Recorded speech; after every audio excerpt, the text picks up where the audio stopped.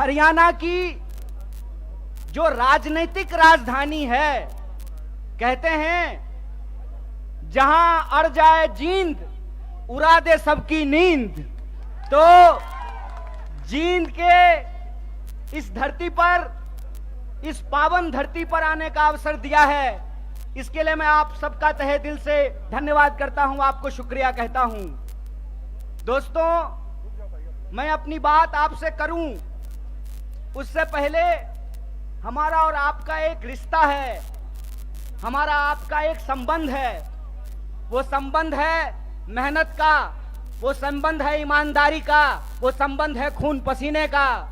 उसके बारे में मैं एक बात आपसे कहना चाहता हूं। जब मैं बिहार से चल करके दिल्ली आया था कलेक्टर बनने के लिए, यूपीएससी की तैयारी करने के लिए, तो हमारे साथ हरियाणा के कुछ लोग रहते थे।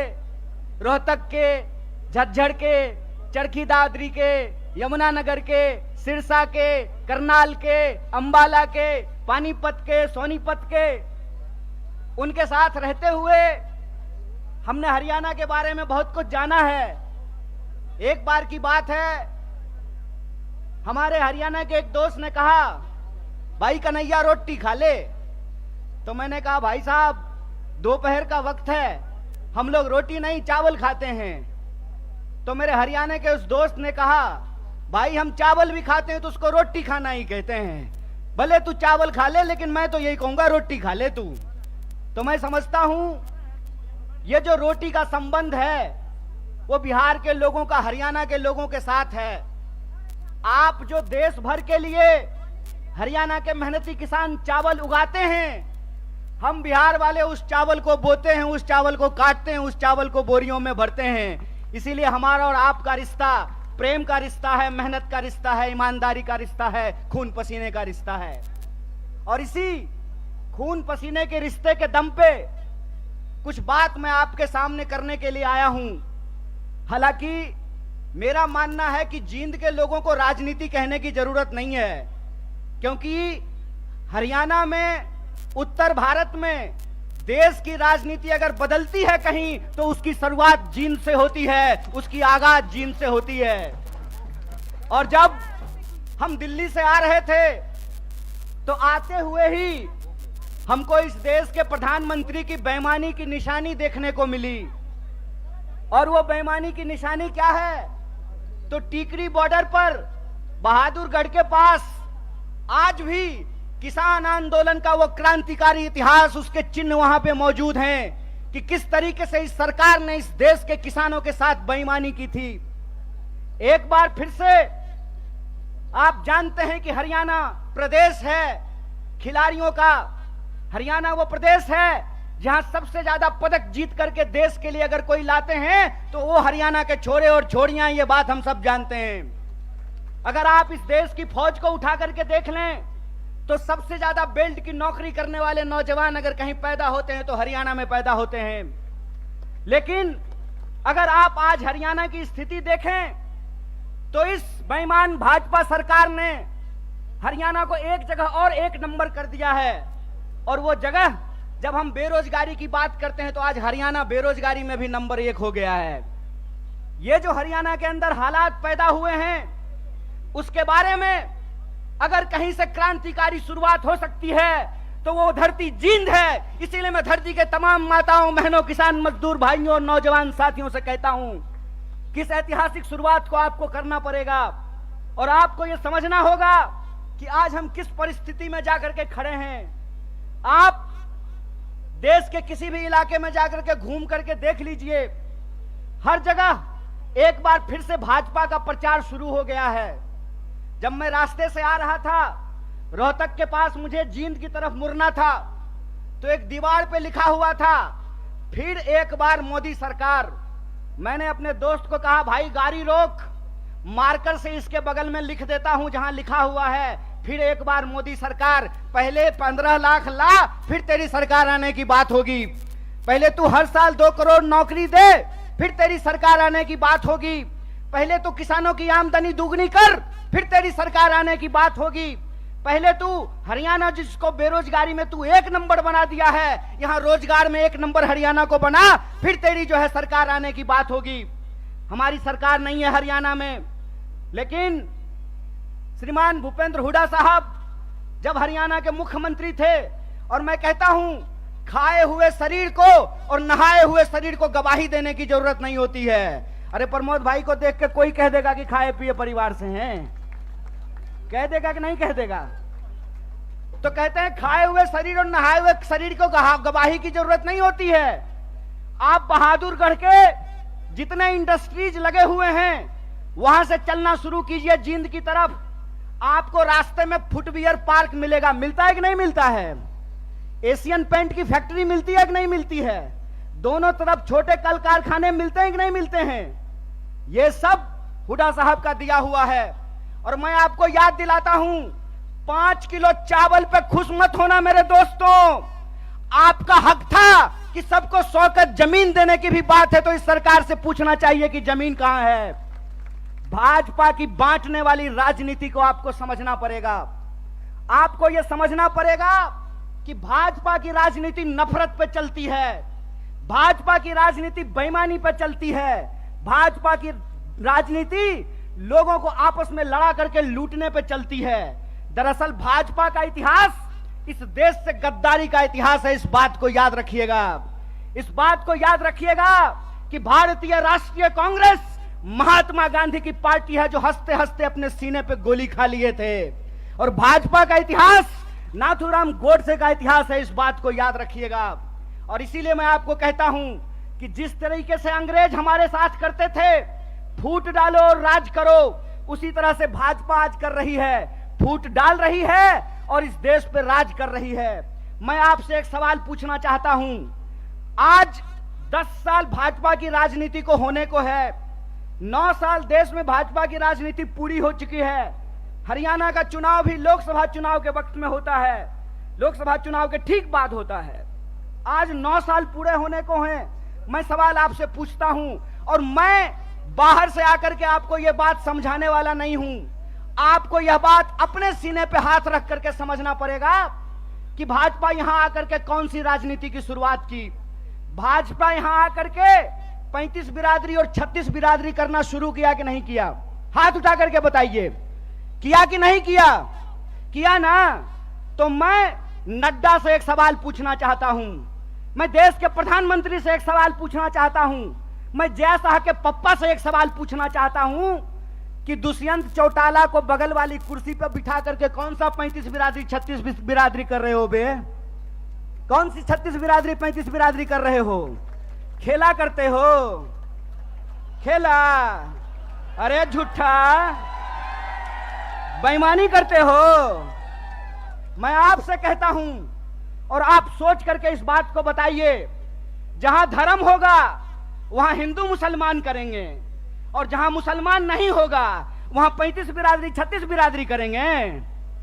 यह मन में आप सोचिए और विचार कीजिए। अगर मैं गलत हूं, निकालो रस्सी, लगाओ फांसी पे।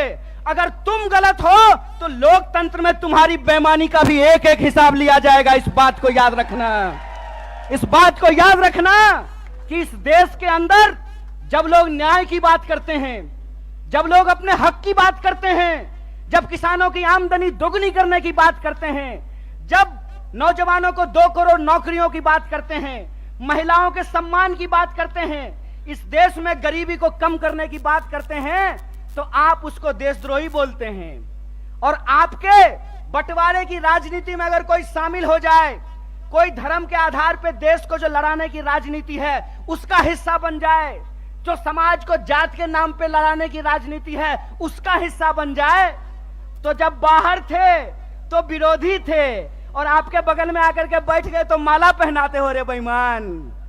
अरे कौन सा ऐसा वॉशिंग मशीन है रे कि जब कांग्रेस में रहता है तो चोर होता है और तुम्हारा पार्टी में जाकर के ईमानदार हो जाता है रे झूठा। देश को ठगते हो, देश को ठग के बेईमानी करते हो। तो हमको एक सवाल का जवाब दीजिए। ये 35 बिरादरी 36 बिरादरी कहते हैं और नारा लगाते हैं सबका साथ सबका विकास। अगर सबका साथ सबका विकास नारा है तो हरियाणा में 35 बिरादरी 36 बिरादरी कौन कर रहा है? भाजपा इस सवाल का जवाब दे। यह सवाल मैं पूछना चाहता हूं। और मैं ये सवाल पूछना चाहता हूं कि हरियाणा के इस तरफ पानीपत में, सोनीपत में 35 बिरादरी 36 बिरादरी, यमुना जी के उस पार 35 बिरादरी 36 बिरादरी नहीं।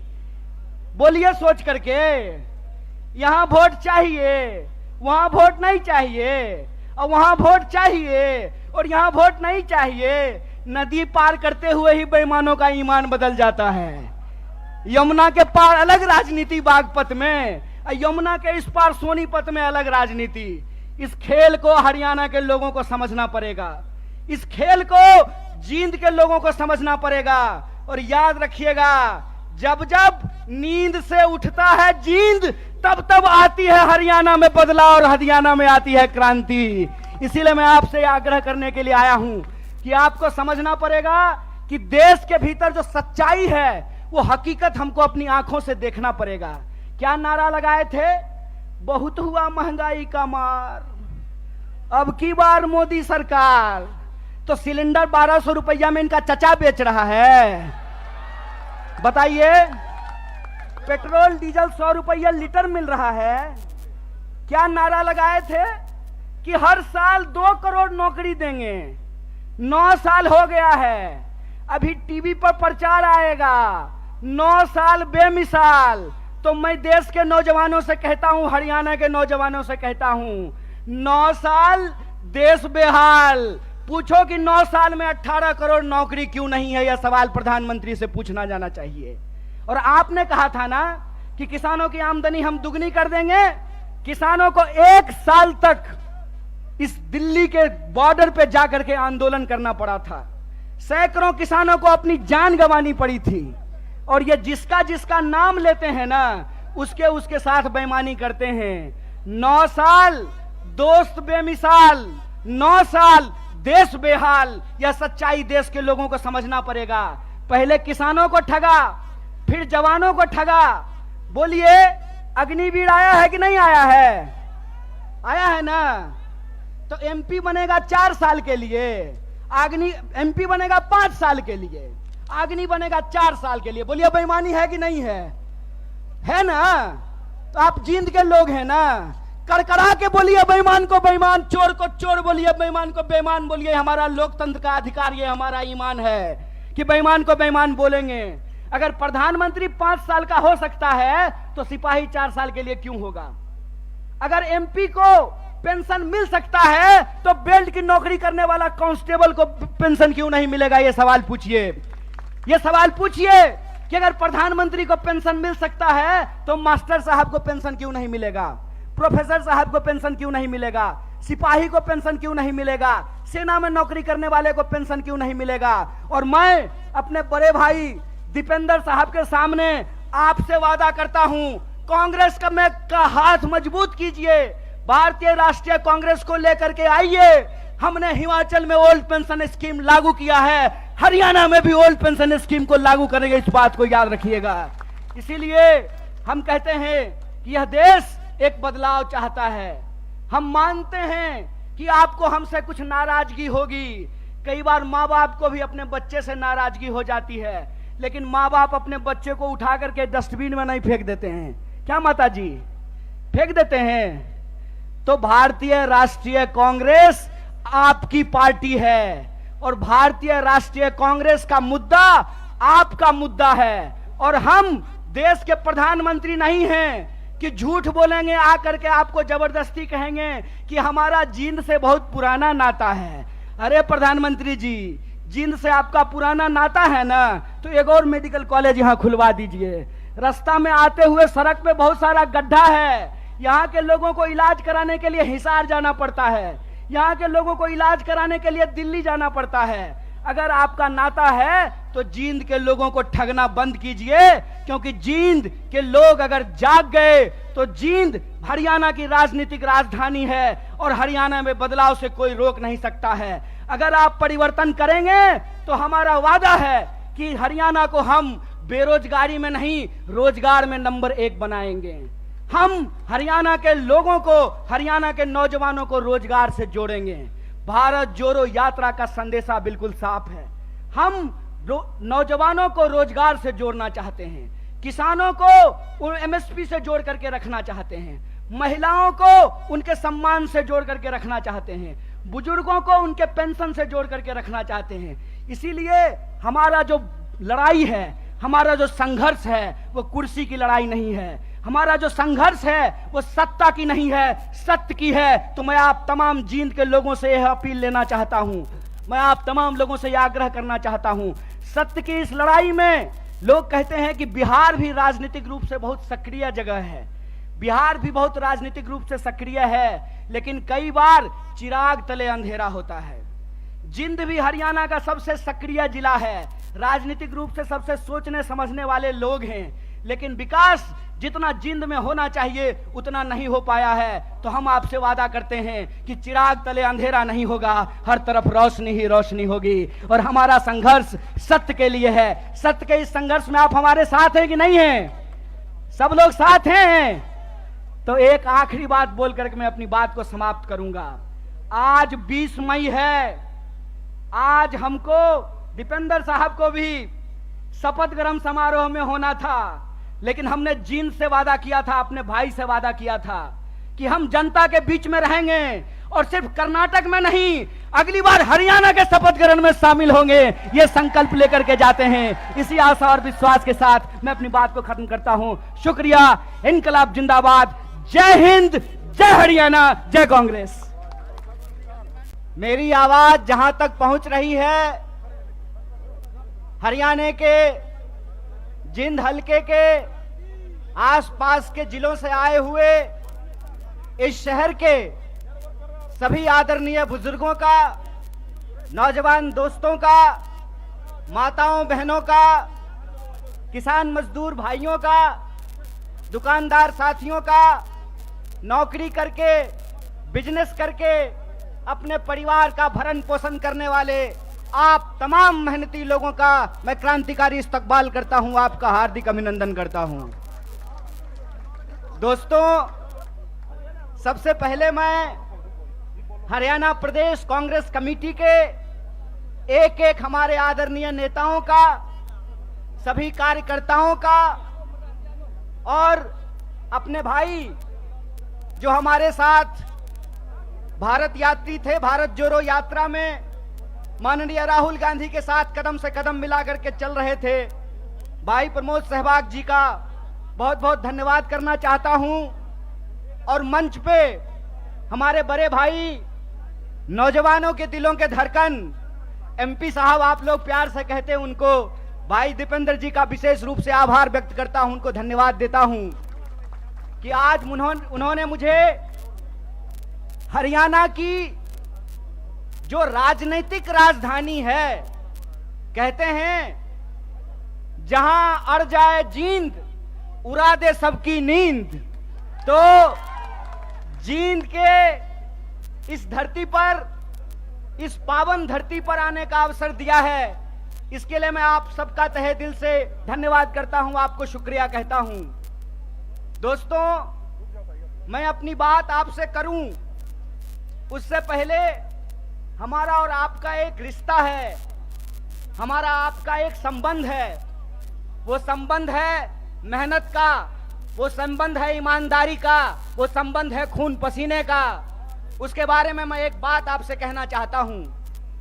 जब मैं बिहार से चल करके दिल्ली आया था कलेक्टर बनने के लिए, यूपीएससी की तैयारी करने के लिए, तो हमारे साथ हरियाणा के कुछ लोग रहते थे, रोहतक के, झज्जर के, चरखी दादरी के, यमुनानगर के, सिरसा के, करनाल के, अंबाला के, पानीपत के, सोनीपत के, उनके साथ रहते हुए हमने हरियाणा के बारे में बहुत कुछ जाना है। एक बार की बात है, हमारे हरियाणा के एक दोस्त ने कहा, भाई कन्हैया रोटी खा ले।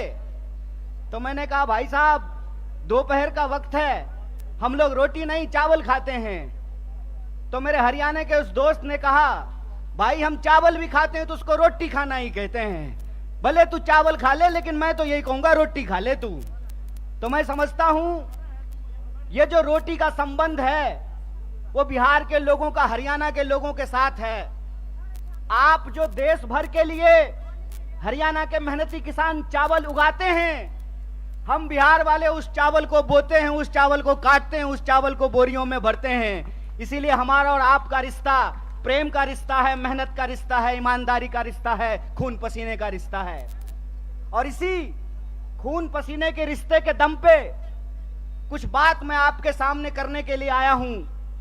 हालांकि मेरा मानना है कि जींद के लोगों को राजनीति कहने की जरूरत नहीं है, क्योंकि हरियाणा में, उत्तर भारत में देश की राजनीति अगर बदलती है कहीं तो उसकी शुरुआत जींद से होती है, उसकी आगाज जींद से होती है। और जब हम दिल्ली से आ रहे थे तो आते हुए ही हमको इस देश के प्रधानमंत्री की बेईमानी की निशानी देखने को मिली। और वो बेईमानी की निशानी क्या है? तो टीकरी बॉर्डर पर बहादुरगढ़ के पास आज भी किसान आंदोलन का वो क्रांतिकारी इतिहास, उसके चिन्ह वहां पे मौजूद हैं कि किस तरीके से इस सरकार ने इस देश के किसानों के साथ बेईमानी की थी। एक बार फिर से आप जानते हैं कि हरियाणा प्रदेश है खिलाड़ियों का। हरियाणा वो प्रदेश है जहां सबसे ज्यादा पदक जीत करके देश के लिए अगर कोई लाते हैं तो वो हरियाणा के छोरे और छोरियां, ये बात हम सब जानते हैं। अगर आप इस देश की फौज को उठा करके देख लें तो सबसे ज्यादा बेल्ट की नौकरी करने वाले नौजवान अगर कहीं पैदा होते हैं तो हरियाणा में पैदा होते हैं। लेकिन अगर आप आज हरियाणा की स्थिति देखें तो इस बेईमान भाजपा सरकार ने हरियाणा को एक जगह और एक नंबर कर दिया है। और वो जगह, जब हम बेरोजगारी की बात करते हैं तो आज हरियाणा बेरोजगारी में भी नंबर 1 हो गया है। ये जो हरियाणा के अंदर हालात पैदा हुए हैं उसके बारे में अगर कहीं से क्रांतिकारी शुरुआत हो सकती है तो वो धरती जींद है। इसीलिए मैं धरती के तमाम माताओं, बहनों, किसान मजदूर भाइयों और नौजवान साथियों से कहता हूं कि इस ऐतिहासिक शुरुआत को आपको करना पड़ेगा। और आपको यह समझना होगा कि आज हम किस परिस्थिति में जाकर के खड़े हैं। आप देश के किसी भी इलाके में जाकर के घूम करके देख लीजिए, हर जगह एक बार फिर से भाजपा का प्रचार शुरू हो गया है। जब मैं रास्ते से आ रहा था, रोहतक के पास मुझे जींद की तरफ मुड़ना था तो एक दीवार पे लिखा हुआ था, फिर एक बार मोदी सरकार। मैंने अपने दोस्त को कहा, भाई गाड़ी रोक, मार्कर से इसके बगल में लिख देता हूं जहां लिखा हुआ है फिर एक बार मोदी सरकार। पहले 15 लाख ला, फिर तेरी सरकार आने की बात होगी।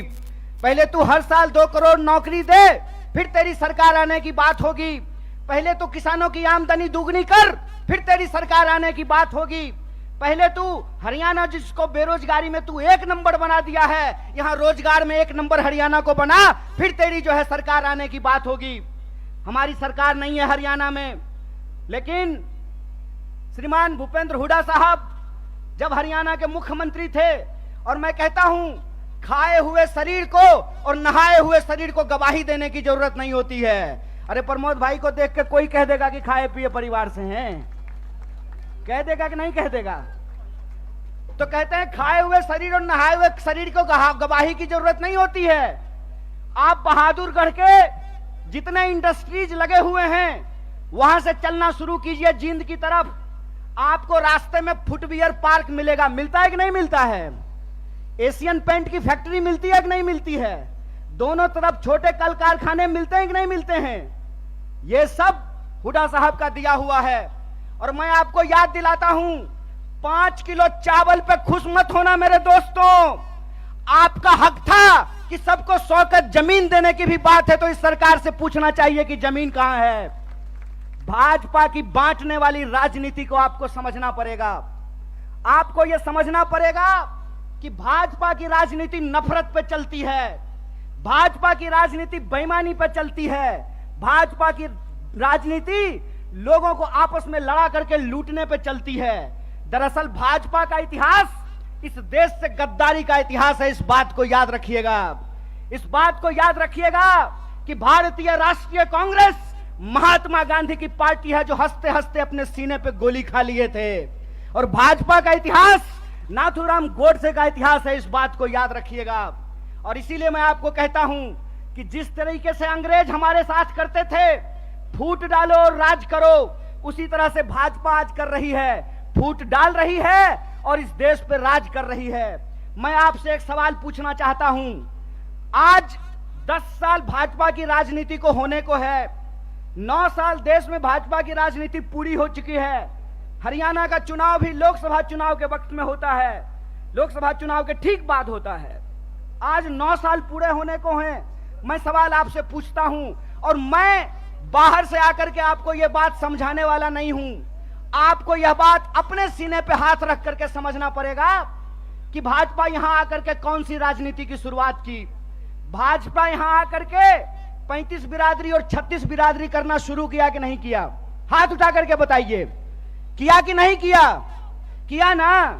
तो मैं नड्डा से एक सवाल पूछना चाहता हूं, मैं देश के प्रधानमंत्री से एक सवाल पूछना चाहता हूं, मैं जय शाह के पप्पा से एक सवाल पूछना चाहता हूं कि दुष्यंत चौटाला को बगल वाली कुर्सी पर बिठा करके कौन सा 35 बिरादरी 36 बिरादरी कर रहे हो बे? कौन सी 36 बिरादरी 35 बिरादरी कर रहे हो? खेला करते हो? खेला? अरे झूठा, बेईमानी करते हो।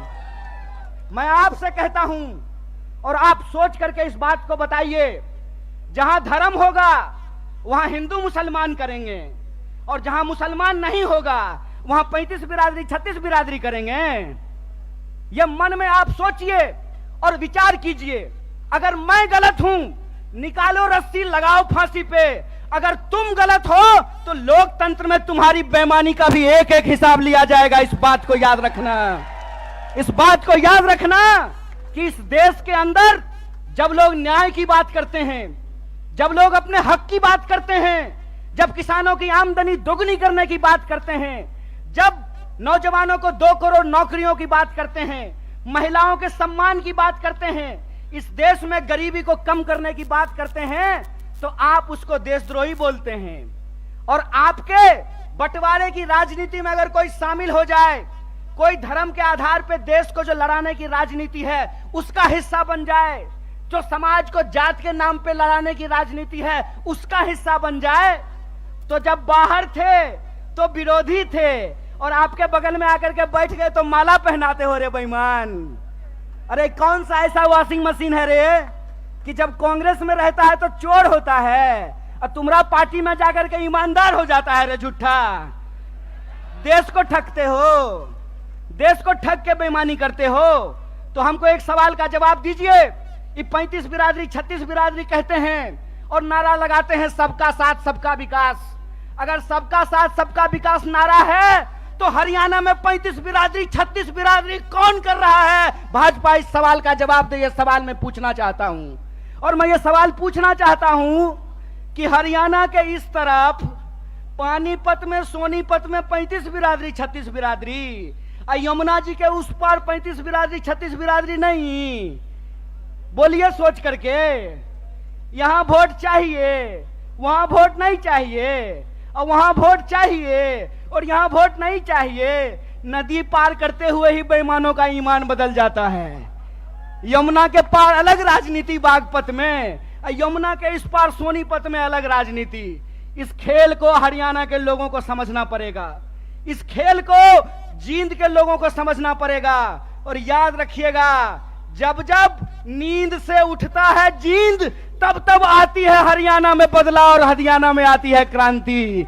इसीलिए मैं आपसे आग्रह करने के लिए आया हूं कि आपको समझना पड़ेगा कि देश के भीतर जो सच्चाई है वो हकीकत हमको अपनी आंखों से देखना पड़ेगा। क्या नारा लगाए थे? बहुत हुआ महंगाई का मार, अब की बार मोदी सरकार। तो सिलेंडर 1200 रुपया में इनका चचा बेच रहा है। बताइए, पेट्रोल डीजल 100 रुपया लीटर मिल रहा है।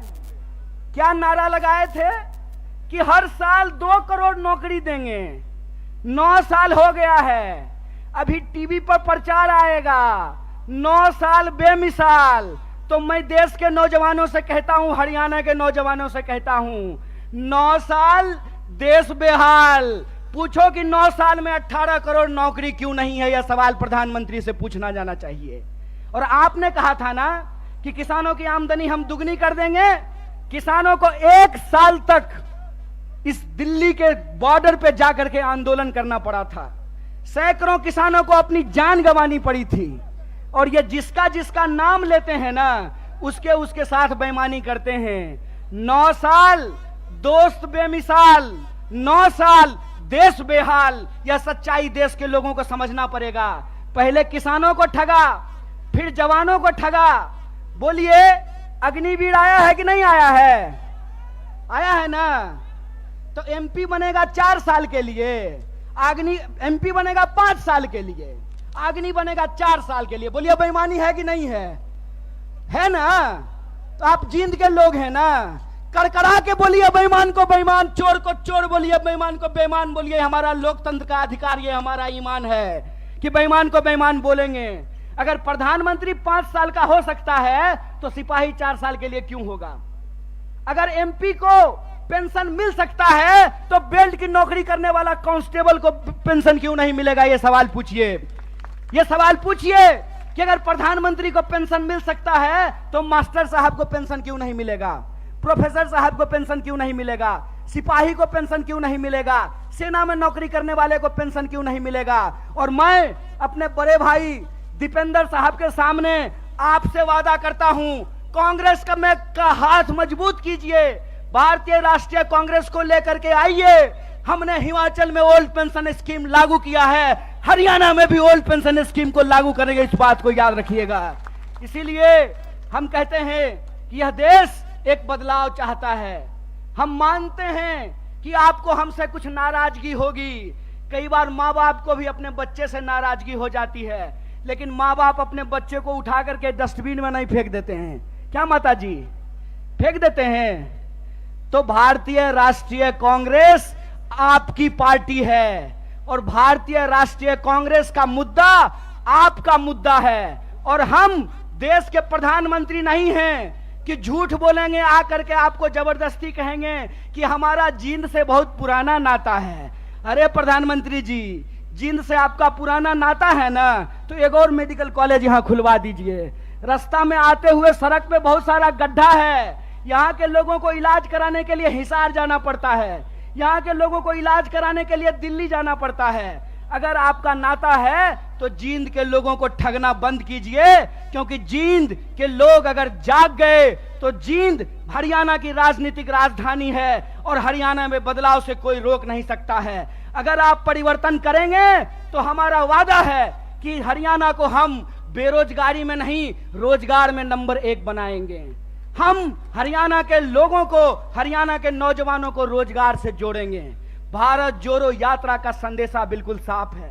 हम नौजवानों को रोजगार से जोड़ना चाहते हैं, किसानों को एमएसपी से जोड़ करके रखना चाहते हैं, महिलाओं को उनके सम्मान से जोड़ करके रखना चाहते हैं, बुजुर्गों को उनके पेंशन से जोड़ करके रखना चाहते हैं। इसीलिए हमारा जो लड़ाई है, हमारा जो संघर्ष है, वो कुर्सी की लड़ाई नहीं है। हमारा जो संघर्ष है वो सत्ता की नहीं है, सत्य की है। तो मैं आप तमाम जींद के लोगों से यह अपील लेना चाहता हूं, मैं आप तमाम लोगों से यह आग्रह करना चाहता हूं, सत्य की इस लड़ाई में लोग कहते हैं कि बिहार भी राजनीतिक रूप से बहुत सक्रिय जगह है, बिहार भी बहुत राजनीतिक रूप से सक्रिय है, लेकिन कई बार चिराग तले अंधेरा होता है। जींद भी हरियाणा का सबसे सक्रिय जिला है, राजनीतिक रूप से सबसे सोचने समझने वाले लोग हैं, लेकिन विकास जितना जींद में होना चाहिए उतना नहीं हो पाया है। तो हम आपसे वादा करते हैं कि चिराग तले अंधेरा नहीं होगा, हर तरफ रोशनी ही रोशनी होगी। और हमारा संघर्ष सत्य के लिए है। सत्य के इस संघर्ष में आप हमारे साथ हैं कि नहीं हैं? सब लोग साथ हैं। तो एक आखिरी बात बोल करके मैं अपनी बात को समाप्त करूंगा। आज 20 मई है, आज हमको दीपेंद्र साहब को भी शपथ ग्रहण समारोह में होना था, लेकिन हमने जींद से वादा किया था, अपने भाई से वादा किया था कि हम जनता के बीच में रहेंगे और सिर्फ कर्नाटक में नहीं, अगली बार हरियाणा के शपथ ग्रहण में शामिल होंगे। ये संकल्प लेकर के जाते हैं। इसी आशा और विश्वास के साथ मैं अपनी बात को खत्म करता हूं। शुक्रिया। इनकलाब जिंदाबाद। जय हिंद, जय हरियाणा, जय कांग्रेस। मेरी आवाज जहां तक पहुंच रही है, हरियाणा के जींद हलके के आसपास के जिलों से आए हुए इस शहर के सभी आदरणीय बुजुर्गों का, नौजवान दोस्तों का, माताओं बहनों का, किसान मजदूर भाइयों का, दुकानदार साथियों का, नौकरी करके बिजनेस करके अपने परिवार का भरण पोषण करने वाले आप तमाम मेहनती लोगों का मैं क्रांतिकारी इस्तकबाल करता हूं, आपका हार्दिक अभिनंदन करता हूं। दोस्तों, सबसे पहले मैं हरियाणा प्रदेश कांग्रेस कमेटी के एक एक हमारे आदरणीय नेताओं का, सभी कार्यकर्ताओं का और अपने भाई जो हमारे साथ भारत यात्री थे, भारत जोड़ो यात्रा में माननीय राहुल गांधी के साथ कदम से कदम मिलाकर के चल रहे थे, भाई प्रमोद सहवाग जी का बहुत बहुत धन्यवाद करना चाहता हूं। और मंच पे हमारे बड़े भाई, नौजवानों के दिलों के धड़कन, एमपी साहब आप लोग प्यार से कहते हैं उनको, भाई दीपेंद्र जी का विशेष रूप से आभार व्यक्त करता हूं, उनको धन्यवाद देता हूं कि आज उन्होंने मुझे हरियाणा की जो राजनीतिक राजधानी है, कहते हैं जहां अड़ जाए जींद उड़ा दे सबकी नींद, तो जींद के इस धरती पर, इस पावन धरती पर आने का अवसर दिया है। इसके लिए मैं आप सबका तहे दिल से धन्यवाद करता हूं, आपको शुक्रिया कहता हूं। दोस्तों, मैं अपनी बात आपसे करूं उससे पहले हमारा और आपका एक रिश्ता है, हमारा आपका एक संबंध है। वो संबंध है मेहनत का, वो संबंध है ईमानदारी का, वो संबंध है खून पसीने का।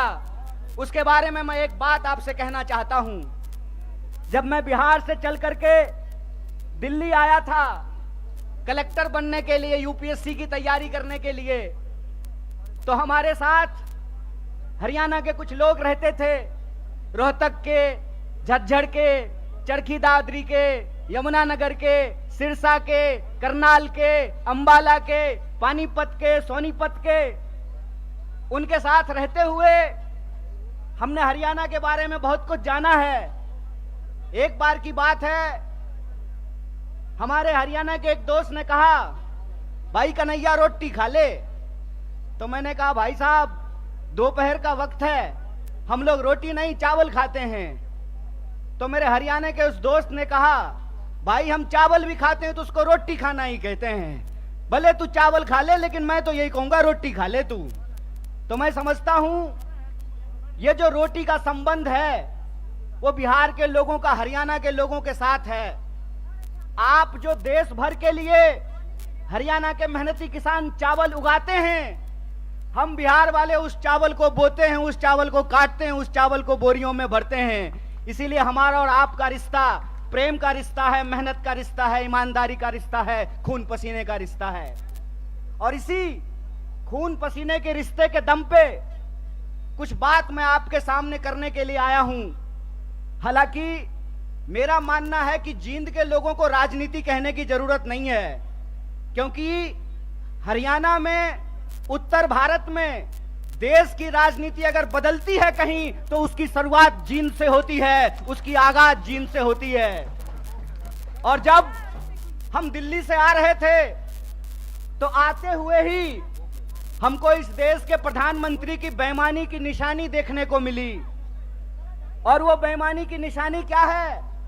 तो टीकरी बॉर्डर पर बहादुरगढ़ के पास आज भी किसान आंदोलन का वो क्रांतिकारी इतिहास, उसके चिन्ह वहां पे मौजूद हैं कि किस तरीके से इस सरकार ने इस देश के किसानों के साथ बेईमानी की थी।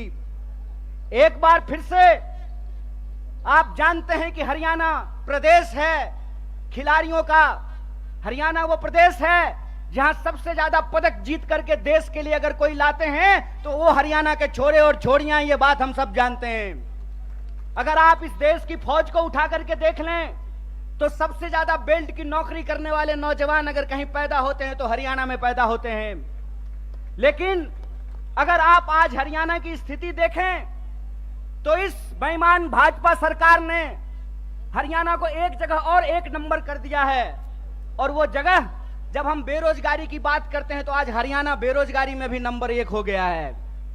ये जो हरियाणा के अंदर हालात पैदा हुए हैं उसके बारे में अगर कहीं से क्रांतिकारी शुरुआत हो सकती है तो वो धरती जींद है। इसीलिए मैं धरती के तमाम माताओं, बहनों, किसान, मजदूर भाइयों और नौजवान साथियों से कहता हूं कि इस ऐतिहासिक शुरुआत को आपको करना पड़ेगा और आपको यह समझना होगा कि आज हम किस परिस्थिति में जाकर के खड़े हैं। आप देश के किसी भी इलाके में जाकर के घूम करके देख लीजिए, हर जगह एक बार फिर से भाजपा का प्रचार शुरू हो गया है। जब मैं रास्ते से आ रहा था, रोहतक के पास मुझे जींद की तरफ मुड़ना था तो एक दीवार पे लिखा हुआ था, फिर एक बार मोदी सरकार। मैंने अपने दोस्त को कहा, भाई गाड़ी रोक, मार्कर से इसके बगल में लिख देता हूं जहां लिखा हुआ है फिर एक बार मोदी सरकार। पहले 15 लाख ला, फिर तेरी सरकार आने की बात होगी। पहले तू हर साल 2 करोड़ नौकरी दे, फिर तेरी सरकार आने की बात होगी। पहले तू किसानों की आमदनी दुगनी कर, फिर तेरी सरकार आने की बात होगी। पहले तू हरियाणा जिसको बेरोजगारी में तू 1 नंबर बना दिया है, यहां रोजगार में 1 नंबर हरियाणा को बना, फिर तेरी जो है सरकार आने की बात होगी। हमारी सरकार नहीं है हरियाणा में, लेकिन श्रीमान भूपेंद्र हुड्डा साहब जब हरियाणा के मुख्यमंत्री थे, और मैं कहता हूं खाए हुए शरीर को और नहाए हुए शरीर को गवाही देने की जरूरत नहीं होती है। अरे प्रमोद भाई को देख के कोई कह देगा कि खाए पिए परिवार से हैं, कह देगा कि नहीं कह देगा? तो कहते हैं खाए हुए शरीर और नहाए हुए शरीर को गवाही की जरूरत नहीं होती है। आप बहादुरगढ़ के जितने इंडस्ट्रीज लगे हुए हैं वहां से चलना शुरू कीजिए जींद की तरफ, आपको रास्ते में फुटवियर पार्क मिलेगा। मिलता है कि नहीं मिलता है? एशियन पेंट की फैक्ट्री मिलती है कि नहीं मिलती है? दोनों तरफ छोटे कल कारखाने मिलते हैं कि नहीं मिलते हैं? ये सब हुड्डा साहब का दिया हुआ है। और मैं आपको याद दिलाता हूं, 5 किलो चावल पे खुश मत होना मेरे दोस्तों। आपका हक था कि सबको 100 गज जमीन देने की भी बात है तो इस सरकार से पूछना चाहिए कि जमीन कहां है। भाजपा की बांटने वाली राजनीति को आपको समझना पड़ेगा। आपको यह समझना पड़ेगा कि भाजपा की राजनीति नफरत पे चलती है, भाजपा की राजनीति बेईमानी पे चलती है, भाजपा की राजनीति लोगों को आपस में लड़ा करके लूटने पे चलती है।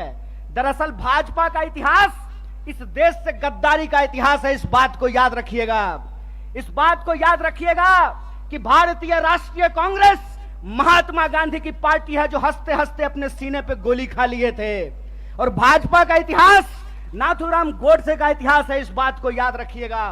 और इसीलिए मैं आपको कहता हूं कि जिस तरीके से अंग्रेज हमारे साथ करते थे, फूट डालो और राज करो, उसी तरह से भाजपा आज कर रही है, फूट डाल रही है और इस देश पे राज कर रही है। मैं आपसे एक सवाल पूछना चाहता हूं, आज 10 साल भाजपा की राजनीति को होने को है, 9 साल देश में भाजपा की राजनीति पूरी हो चुकी है। हरियाणा का चुनाव भी लोकसभा चुनाव के वक्त में होता है, लोकसभा चुनाव के ठीक बाद होता है। आज 9 साल पूरे होने को हैं। मैं सवाल आपसे पूछता हूं, और मैं बाहर से आकर के आपको यह बात समझाने वाला नहीं हूं। आपको यह बात अपने सीने पे हाथ रख करके समझना पड़ेगा कि भाजपा यहां आकर के कौन सी राजनीति की शुरुआत की। भाजपा यहां आकर के 35 बिरादरी और 36 बिरादरी करना शुरू किया कि नहीं किया? हाथ उठा करके बताइए, किया कि नहीं किया? किया ना? तो मैं नड्डा से एक सवाल पूछना चाहता हूं, मैं देश के प्रधानमंत्री से एक सवाल पूछना चाहता हूं, मैं जय शाह के पप्पा से एक सवाल पूछना चाहता हूं कि दुष्यंत चौटाला को बगल वाली कुर्सी पर बिठा करके कौन सा 35 बिरादरी 36 बिरादरी कर रहे हो बे? कौन सी 36 बिरादरी 35 बिरादरी कर रहे हो? खेला करते हो? खेला? अरे झूठा, बेईमानी करते हो। मैं आपसे कहता हूं, और आप सोच करके इस बात को बताइए, जहां धर्म होगा वहां हिंदू मुसलमान करेंगे, और जहां मुसलमान नहीं होगा वहां 35 बिरादरी 36 बिरादरी करेंगे। यह मन में आप सोचिए और विचार कीजिए। अगर मैं गलत हूं, निकालो रस्सी, लगाओ फांसी पे। अगर तुम गलत हो तो लोकतंत्र में तुम्हारी बेईमानी का भी एक एक हिसाब लिया जाएगा। इस बात को याद रखना, इस बात को याद रखना कि इस देश के अंदर जब लोग न्याय की बात करते हैं, जब लोग अपने हक की बात करते हैं, जब किसानों की आमदनी दोगुनी करने की बात करते हैं, जब नौजवानों को 2 करोड़ नौकरियों की बात करते हैं, महिलाओं के सम्मान की बात करते हैं, इस देश में गरीबी को कम करने की बात करते हैं, तो आप उसको देशद्रोही बोलते हैं। और आपके बंटवारे की राजनीति में अगर कोई शामिल हो जाए, कोई धर्म के आधार पर देश को जो लड़ाने की राजनीति है उसका हिस्सा बन जाए, जो समाज को जात के नाम पे लड़ाने की राजनीति है उसका हिस्सा बन जाए, तो जब बाहर थे तो विरोधी थे और आपके बगल में आकर के बैठ गए तो माला पहनाते हो रे बेईमान। अरे कौन सा ऐसा वॉशिंग मशीन है रे कि जब कांग्रेस में रहता है तो चोर होता है और तुम्हारा पार्टी में जाकर के ईमानदार हो जाता है रे झूठा। देश को ठगते हो, देश को ठग के बेईमानी करते हो। तो हमको एक सवाल का जवाब दीजिए। ये 35 बिरादरी 36 बिरादरी कहते हैं और नारा लगाते हैं सबका साथ सबका विकास।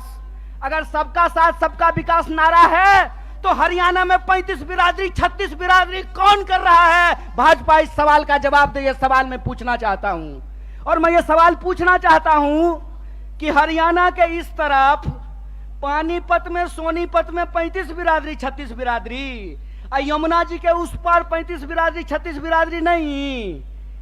बोलिए सोच करके, यहां वोट चाहिए, वहां वोट नहीं चाहिए, और वहां वोट चाहिए और यहां वोट नहीं चाहिए। नदी पार करते हुए ही बेईमानों का ईमान बदल जाता है। यमुना के पार अलग राजनीति बागपत में, यमुना के इस पार सोनीपत में अलग राजनीति।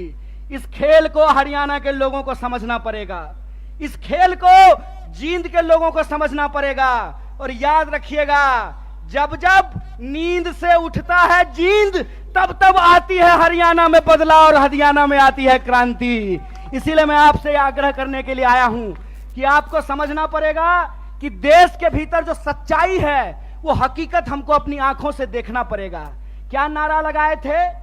बहुत हुआ महंगाई का मार, अब की बार मोदी सरकार। तो सिलेंडर 1200 रुपया में इनका चचा बेच रहा है। बताइए, पेट्रोल डीजल 100 रुपया लीटर मिल रहा है।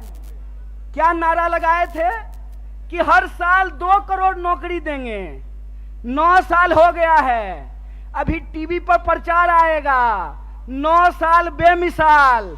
तो मैं देश के नौजवानों से कहता हूं, हरियाणा के नौजवानों से कहता हूं, 9 साल देश बेहाल। पूछो कि 9 साल में 18 करोड़ नौकरी क्यों नहीं है? यह सवाल प्रधानमंत्री से पूछना जाना चाहिए। और आपने कहा था ना कि किसानों की आमदनी हम दुगनी कर देंगे। किसानों को 1 साल तक इस दिल्ली के बॉर्डर पे जाकर के आंदोलन करना पड़ा था। सैकड़ों किसानों को अपनी जान गंवानी पड़ी थी। और ये जिसका जिसका नाम लेते हैं ना, उसके उसके साथ बेईमानी करते हैं। 9 साल दोस्त बेमिसाल, 9 साल देश बेहाल। यह सच्चाई देश के लोगों को समझना पड़ेगा। पहले किसानों को ठगा, फिर जवानों को ठगा। बोलिए, अग्निवीर आया है कि नहीं आया है? आया है ना। तो एमपी बनेगा 4 साल के लिए, एमपी बनेगा 5 साल के लिए, अग्नि बनेगा 4 साल के लिए। बोलिए बेईमानी है कि नहीं है? है ना। तो आप जींद के लोग हैं ना, करकरा के बोलिए बेईमान को बेईमान, चोर को चोर बोलिए, बेईमान को बेईमान बोलिए। हमारा लोकतंत्र का अधिकार, ये हमारा ईमान है कि बेईमान को बेईमान बोलेंगे। अगर प्रधानमंत्री 5 साल का हो सकता है तो सिपाही 4 साल के लिए क्यों होगा? अगर एमपी को पेंशन मिल सकता है तो बेल्ट की नौकरी करने वाला कांस्टेबल को पेंशन क्यों नहीं मिलेगा? ये सवाल पूछिए। ये सवाल पूछिए कि अगर प्रधानमंत्री को पेंशन मिल सकता है तो मास्टर साहब को पेंशन क्यों नहीं मिलेगा? प्रोफेसर साहब को पेंशन क्यों नहीं मिलेगा? सिपाही को पेंशन क्यों नहीं मिलेगा? सेना में नौकरी करने वाले को पेंशन क्यों नहीं मिलेगा?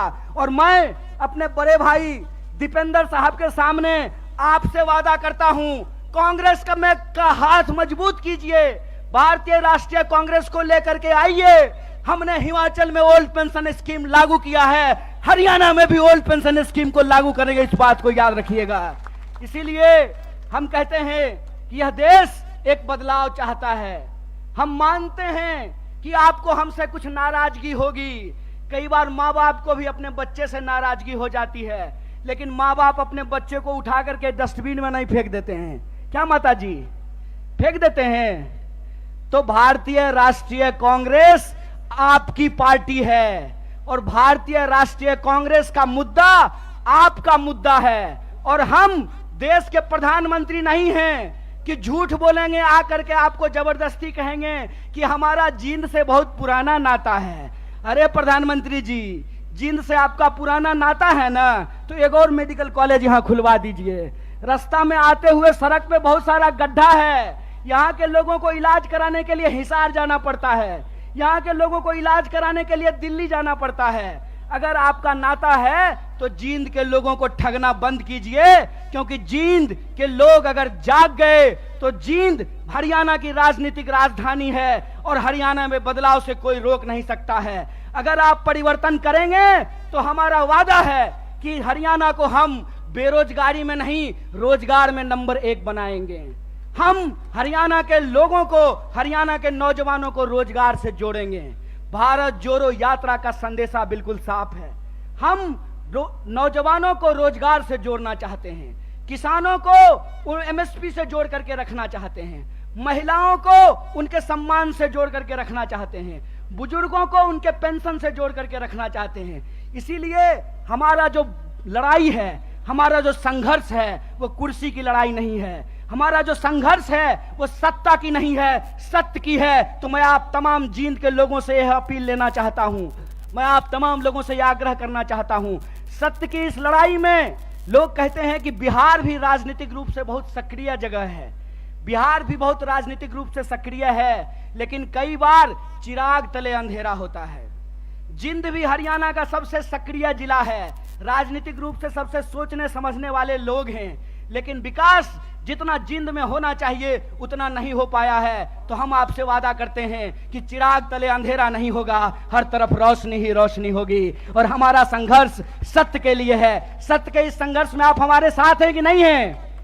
सब लोग साथ हैं। तो एक आखिरी बात बोल करके मैं अपनी बात को समाप्त करूंगा। आज 20 मई है, आज हमको दीपेंद्र साहब को भी शपथ ग्रहण समारोह में होना था, लेकिन हमने जींद से वादा किया था, अपने भाई से वादा किया था कि हम जनता के बीच में रहेंगे और सिर्फ कर्नाटक में नहीं, अगली बार हरियाणा के शपथ ग्रहण में शामिल होंगे। ये संकल्प लेकर के जाते हैं। इसी आशा और विश्वास के साथ मैं अपनी बात को खत्म करता हूं। शुक्रिया। इनकलाब जिंदाबाद। जय हिंद, जय हरियाणा, जय कांग्रेस। मेरी आवाज जहां तक पहुंच रही है, हरियाणा के जींद हलके के आसपास के जिलों से आए हुए इस शहर के सभी आदरणीय बुजुर्गों का, नौजवान दोस्तों का, माताओं बहनों का, किसान मजदूर भाइयों का, दुकानदार साथियों का, नौकरी करके बिजनेस करके अपने परिवार का भरण पोषण करने वाले आप तमाम मेहनती लोगों का मैं क्रांतिकारी इस्तकबाल करता हूं, आपका हार्दिक अभिनंदन करता हूं। दोस्तों, सबसे पहले मैं हरियाणा प्रदेश कांग्रेस कमेटी के एक एक हमारे आदरणीय नेताओं का, सभी कार्यकर्ताओं का और अपने भाई जो हमारे साथ भारत यात्री थे, भारत जोड़ो यात्रा में माननीय राहुल गांधी के साथ कदम से कदम मिला करके चल रहे थे, भाई प्रमोद सहवाग जी का बहुत बहुत धन्यवाद करना चाहता हूं। और मंच पे हमारे बड़े भाई, नौजवानों के दिलों के धड़कन, एमपी साहब आप लोग प्यार से कहते हैं उनको, भाई दीपेंद्र जी का विशेष रूप से आभार व्यक्त करता हूं, उनको धन्यवाद देता हूं कि आज उन्होंने मुझे हरियाणा की जो राजनीतिक राजधानी है, कहते हैं जहां अड़ जाए जींद उड़ा दे सबकी नींद, तो जींद के इस धरती पर, इस पावन धरती पर आने का अवसर दिया है। इसके लिए मैं आप सबका तहे दिल से धन्यवाद करता हूं, आपको शुक्रिया कहता हूं। दोस्तों, मैं अपनी बात आपसे करूं उससे पहले हमारा और आपका एक रिश्ता है, हमारा आपका एक संबंध है। वो संबंध है मेहनत का, वो संबंध है ईमानदारी का, वो संबंध है खून पसीने का। उसके बारे में मैं एक बात आपसे कहना चाहता हूं। जब मैं बिहार से चल करके दिल्ली आया था कलेक्टर बनने के लिए, यूपीएससी की तैयारी करने के लिए, तो हमारे साथ हरियाणा के कुछ लोग रहते थे। रोहतक के, झज्जर के, चरखी दादरी के, यमुनानगर के, सिरसा के, करनाल के, अंबाला के, पानीपत के, सोनीपत के, उनके साथ रहते हुए हमने हरियाणा के बारे में बहुत कुछ जाना है। एक बार की बात है, हमारे हरियाणा के एक दोस्त ने कहा, भाई कन्हैया रोटी खा ले।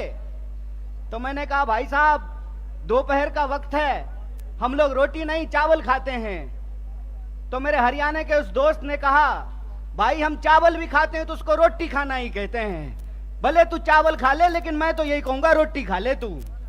तो मैं समझता हूं ये जो रोटी का संबंध है वो बिहार के लोगों का हरियाणा के लोगों के साथ है। आप जो देश भर के लिए हरियाणा के मेहनती किसान चावल उगाते हैं, हम बिहार वाले उस चावल को बोते हैं, उस चावल को काटते हैं, उस चावल को बोरियों में भरते हैं। इसीलिए हमारा और आपका रिश्ता प्रेम का रिश्ता है, मेहनत का रिश्ता है, ईमानदारी का रिश्ता है, खून पसीने का रिश्ता है।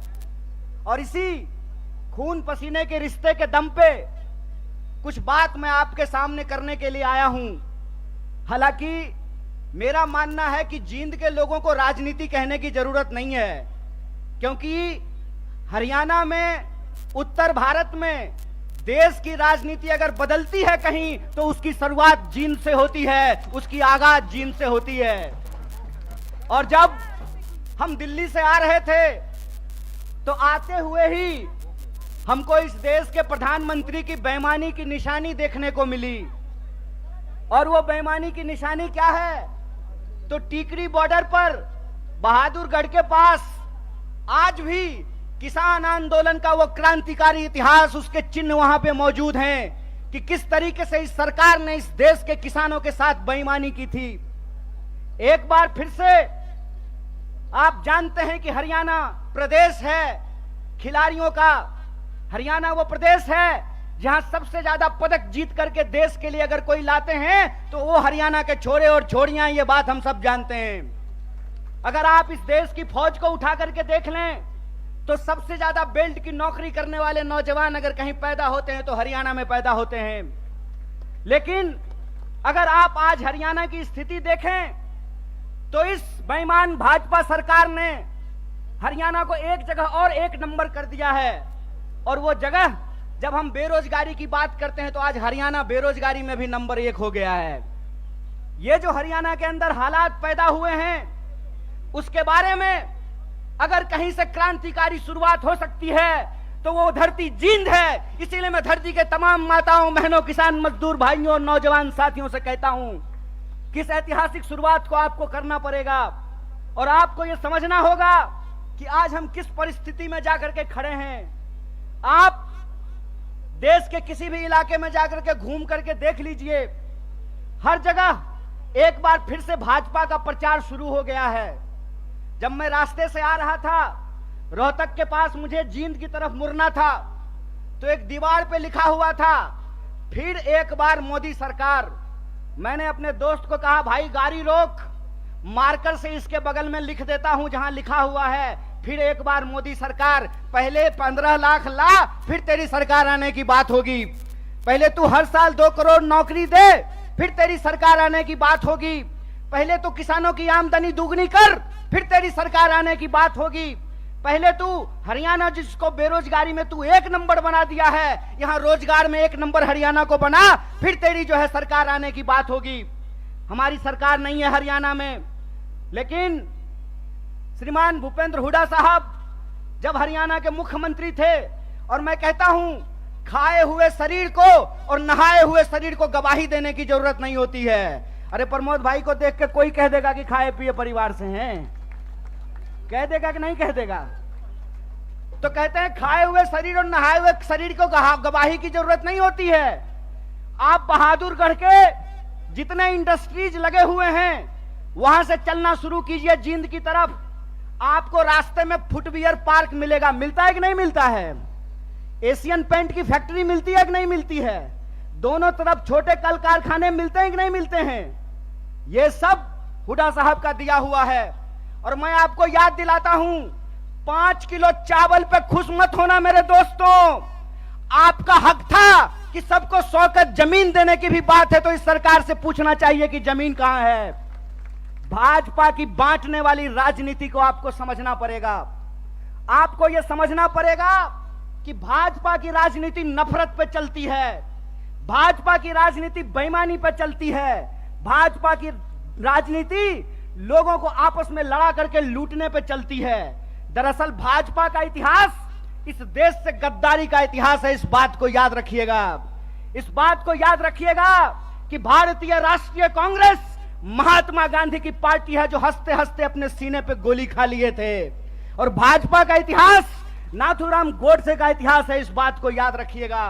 और इसीलिए मैं आपको कहता हूं कि जिस तरीके से अंग्रेज हमारे साथ करते थे, फूट डालो और राज करो, उसी तरह से भाजपा आज कर रही है, फूट डाल रही है और इस देश पे राज कर रही है। मैं आपसे एक सवाल पूछना चाहता हूं। आज 10 साल भाजपा की राजनीति को होने को है, 9 साल देश में भाजपा की राजनीति पूरी हो चुकी है। हरियाणा का चुनाव भी लोकसभा चुनाव के वक्त में होता है, लोकसभा चुनाव के ठीक बाद होता है। आज 9 साल पूरे होने को हैं। मैं सवाल आपसे पूछता हूं, और मैं बाहर से आकर के आपको यह बात समझाने वाला नहीं हूं। आपको यह बात अपने सीने पे हाथ रख करके समझना पड़ेगा कि भाजपा यहां आकर के कौन सी राजनीति की शुरुआत की। भाजपा यहां आकर के 35 बिरादरी और 36 बिरादरी करना शुरू किया कि नहीं किया? हाथ उठा करके बताइए, किया कि नहीं किया? किया ना। तो मैं नड्डा से एक सवाल पूछना चाहता हूं, मैं देश के प्रधानमंत्री से एक सवाल पूछना चाहता हूं, मैं जय शाह के पप्पा से एक सवाल पूछना चाहता हूं कि दुष्यंत चौटाला को बगल वाली कुर्सी पर बिठा करके कौन सा 35 बिरादरी 36 बिरादरी कर रहे हो बे? कौन सी 36 बिरादरी 35 बिरादरी कर रहे हो? खेला करते हो, खेला? अरे झूठा, बेईमानी करते हो। मैं आपसे कहता हूं और आप सोच करके इस बात को बताइए, जहां धर्म होगा वहां हिंदू मुसलमान करेंगे, और जहां मुसलमान नहीं होगा वहां 35 बिरादरी 36 बिरादरी करेंगे। यह मन में आप सोचिए और विचार कीजिए। अगर मैं गलत हूं, निकालो रस्सी, लगाओ फांसी पे।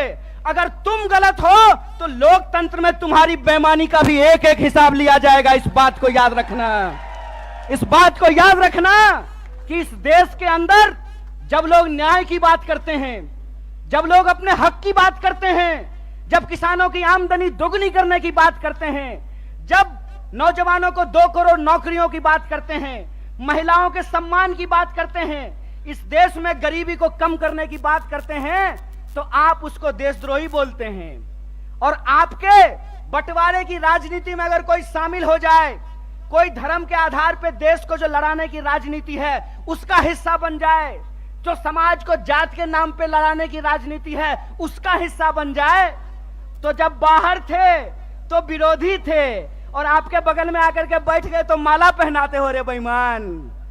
अरे कौन सा ऐसा वॉशिंग मशीन है रे कि जब कांग्रेस में रहता है तो चोर होता है और तुम्हारा पार्टी में जाकर के ईमानदार हो जाता है रे झूठा। देश को ठगते हो, देश को ठग के बेईमानी करते हो। तो हमको एक सवाल का जवाब दीजिए। ये 35 बिरादरी 36 बिरादरी कहते हैं और नारा लगाते हैं सबका साथ सबका विकास। अगर सबका साथ सबका विकास नारा है तो हरियाणा में 35 बिरादरी 36 बिरादरी कौन कर रहा है? भाजपा इस सवाल का जवाब दे। ये सवाल मैं पूछना चाहता हूं। और मैं ये सवाल पूछना चाहता हूं कि हरियाणा के इस तरफ पानीपत में, सोनीपत में 35 बिरादरी 36 बिरादरी, यमुना जी के उस पार 35 बिरादरी 36 बिरादरी नहीं। बोलिए सोच करके, यहां वोट चाहिए, वहां वोट नहीं चाहिए, और वहां वोट चाहिए और यहां वोट नहीं चाहिए। नदी पार करते हुए ही बेईमानों का ईमान बदल जाता है। यमुना के पार अलग राजनीति बागपत में, यमुना के इस पार सोनीपत में अलग राजनीति। इस खेल को हरियाणा के लोगों को समझना पड़ेगा। इस खेल को जींद के लोगों को समझना पड़ेगा। और याद रखिएगा, जब जब नींद से उठता है जींद, तब तब आती है हरियाणा में बदलाव और हरियाणा में आती है क्रांति। इसीलिए मैं आपसे आग्रह करने के लिए आया हूं कि आपको समझना पड़ेगा कि देश के भीतर जो सच्चाई है वो हकीकत हमको अपनी आंखों से देखना पड़ेगा। क्या नारा लगाए थे? बहुत हुआ महंगाई का मार, अब की बार मोदी सरकार। तो सिलेंडर 1200 रुपया में इनका चचा बेच रहा है। बताइए, पेट्रोल डीजल 100 रुपया लीटर मिल रहा है। क्या नारा लगाए थे कि हर साल 2 करोड़ नौकरी देंगे। 9 साल हो गया है, अभी टीवी पर प्रचार आएगा 9 साल बेमिसाल। तो मैं देश के नौजवानों से कहता हूं, हरियाणा के नौजवानों से कहता हूं, 9 साल देश बेहाल। पूछो कि 9 साल में 18 करोड़ नौकरी क्यों नहीं है? यह सवाल प्रधानमंत्री से पूछना जाना चाहिए। और आपने कहा था ना कि किसानों की आमदनी हम दुगनी कर देंगे। किसानों को 1 साल तक इस दिल्ली के बॉर्डर पे जाकर के आंदोलन करना पड़ा था। सैकड़ों किसानों को अपनी जान गंवानी पड़ी थी। और ये जिसका जिसका नाम लेते हैं ना, उसके साथ बेईमानी करते हैं। 9 साल दोस्त बेमिसाल, 9 साल देश बेहाल। यह सच्चाई देश के लोगों को समझना पड़ेगा। पहले किसानों को ठगा, फिर जवानों को ठगा। बोलिए, अग्निवीर आया है कि नहीं आया है? आया है ना। तो एमपी बनेगा 4 साल के लिए, एमपी बनेगा 5 साल के लिए, अग्नि बनेगा 4 साल के लिए। बोलिए, बेईमानी है कि नहीं है? है ना। तो आप जींद के लोग हैं ना, करकरा के बोलिए बेईमान को बेईमान, चोर को चोर बोलिए, बेईमान को बेईमान बोलिए। हमारा लोकतंत्र का अधिकार, ये हमारा ईमान है कि बेईमान को बेईमान बोलेंगे। अगर प्रधानमंत्री 5 साल का हो सकता है तो सिपाही 4 साल के लिए क्यों होगा? अगर एमपी को पेंशन मिल सकता है तो बेल्ट की नौकरी करने वाला कांस्टेबल को पेंशन क्यों नहीं मिलेगा? ये सवाल पूछिए। ये सवाल पूछिए कि अगर प्रधानमंत्री को पेंशन मिल सकता है तो मास्टर साहब को पेंशन क्यों नहीं मिलेगा? प्रोफेसर साहब को पेंशन क्यों नहीं मिलेगा? सिपाही को पेंशन क्यों नहीं मिलेगा? सेना में नौकरी करने वाले को पेंशन क्यों नहीं मिलेगा? और मैं अपने बड़े भाई दीपेंद्र साहब के सामने आपसे वादा करता हूं, कांग्रेस का हाथ मजबूत कीजिए, भारतीय राष्ट्रीय कांग्रेस को लेकर के आइए। हमने हिमाचल में ओल्ड पेंशन स्कीम लागू किया है, हरियाणा में भी ओल्ड पेंशन स्कीम को लागू करेंगे। इस बात को याद रखिएगा।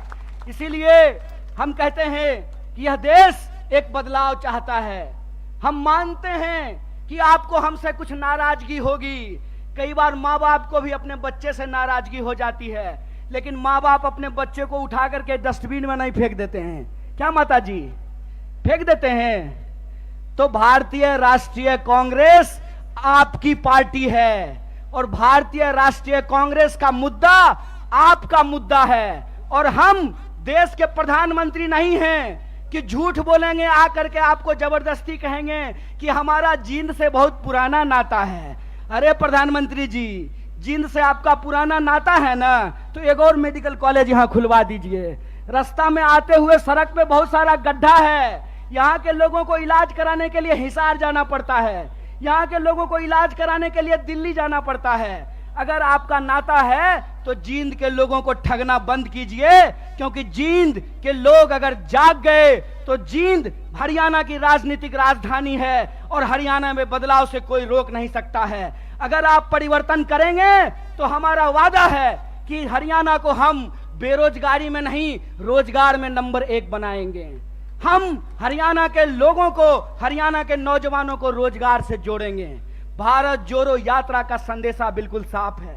हम नौजवानों को रोजगार से जोड़ना चाहते हैं, किसानों को एमएसपी से जोड़ करके रखना चाहते हैं, महिलाओं को उनके सम्मान से जोड़ करके रखना चाहते हैं, बुजुर्गों को उनके पेंशन से जोड़ करके रखना चाहते हैं। इसीलिए हमारा जो लड़ाई है, हमारा जो संघर्ष है, वो कुर्सी की लड़ाई नहीं है। हमारा जो संघर्ष है वो सत्ता की नहीं है, सत्य की है।